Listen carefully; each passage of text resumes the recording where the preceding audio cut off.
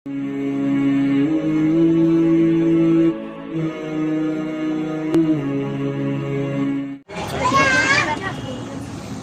کے روبرو ہیں مصاحب نمبر 14، اسٹیج پر تشریف لائیں گے مصاحب نمبر 15۔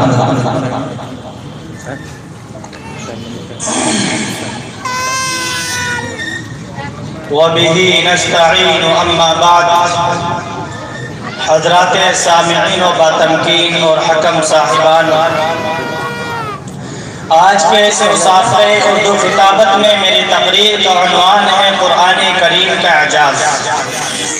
حضرات، چھٹی صدی عیسوی میں جب انسانیت شب دجور میں بھٹک رہی تھی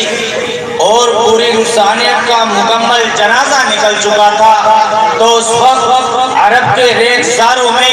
ہیرا کی پہاڑی پر عالم بالا سے فخر رسول نبی اکرم صلی اللہ علیہ وسلم پر وحی الہی کا وہ نور اترا اور نوع انسانی کو اقرا کا وہ ربانی چراغ عطا ہوا، جس نے بیابان عالم سے جہالت کو کافور کر کے اور ایک نئی دنیا اور ایک نئے معاشرے کی داغ پیل ڈالی، جس کا خمیر علم و حکمت، تہذیب و تمدن، محبت و الفت، راست بازی، امانت داری، غرض کے تمام تر فضائل انسانی سے تیار ہوا تھا۔ وہ نسخہ کیمیا کیا تھا جس نے عرب کے بچوں کو تہذیب و ثقافت کا علمبردار بنایا؟ وہ اللہ تعالیٰ کی طرف سے بھیجا گیا ایک ایسا معجزہ ہے جو سرچشمے رشد و ہدایت، خزینہ رحمت و برکت، ذخیرہ حکمت و موعظت، معدن احکام و شریعت، منبع اسرار و حکم، مرکز نجاح و فلاح، ذریعہ حسن عمل، باعث صلاح و تقوی اور خالق حق و باطل یعنی قرآن مجید ہے۔ قرآن کریم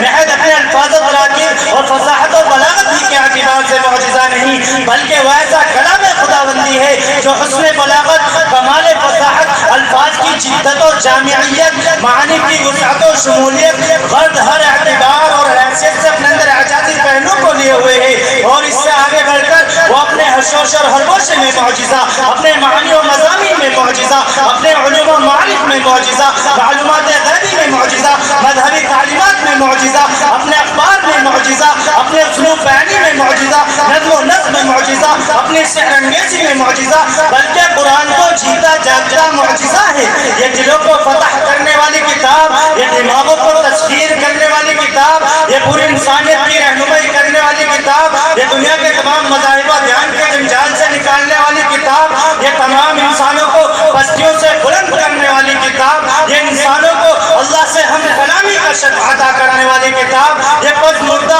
اور شکست خوردہ قلوب کو تسکین فراہم کرنے والی کتاب، یہ انسانیت کو خدا سے ملانے والی کتاب قرآن مجید ہے۔ اور پھر کلام کی یہ شیرینی، یہ نمکینی، یہ تاثیر و تسخیر جو دوست و دشمن، موافق و مخالف، شاہ و گدا، عالم و جاہل، پیغمبر و غرض یہ کہ سب کو یکساں فریفتہ کرتی ہے، یہ قرآن مجید کا اعجاز نہیں تو کیا ہے؟ حکما، فلاسفہ، ادباء و نجباء، اہل لغت، مفسرین، محدثین، صوفیاء اعظام، شعراء اکرام، متکلمین، غرض نوع انسانی کی وہ کون سی نوع ہے جس نے ایک امی کی زبان سے ادا ہونے والے پیغام کے عشق و محبت میں اپنا سرمایہ حیات قربان نہیں کر دیا، اور جن کو اس کلام الہی کی تشریح و تفسیر اور تحقیق و توضیح کی خدمات کی لذت میں دنیا کی تمام نعمتیں ہیچ نظر آئیں، تو کیا اعجاز قرآن نہیں؟ حضرات سامعین، یہ وہ معجزاتی کلام ہے جس سے دنیا کی جھوٹی تہذیبوں کے ٹھیکیدار اور دنیا کے جھوٹے تمدنوں کے علمبردار کانپتے تھے اور کانپ رہے ہیں۔ اس پر چاروں طرف حملے ہو رہے ہیں، امریکہ سے یورپ تک اور یورپ سے ایشیا تک اس معجزاتی کلام کو ٹارگیٹ کیا جا رہا ہے۔ ایک طرف خدا کا کلام ٹارگیٹ، دوسری طرف نبی کی ذات ٹارگیٹ کی جا رہی ہے۔ اے سنیے دشمن اسلام، قسم بخدا، قسم بخدا، ہماری زندگی اس معجزاتی کلام کے لیے وقف ہے۔ ہم جئیں گے تو اسی کے سہارے جئیں گے اور مریں گے تو اسی کے سہارے مریں گے۔ انہیں چند باتوں پر میں اپنی نظر ختم کرتا ہوں۔ آخر دعوانا الحمدللہ رب العالمین۔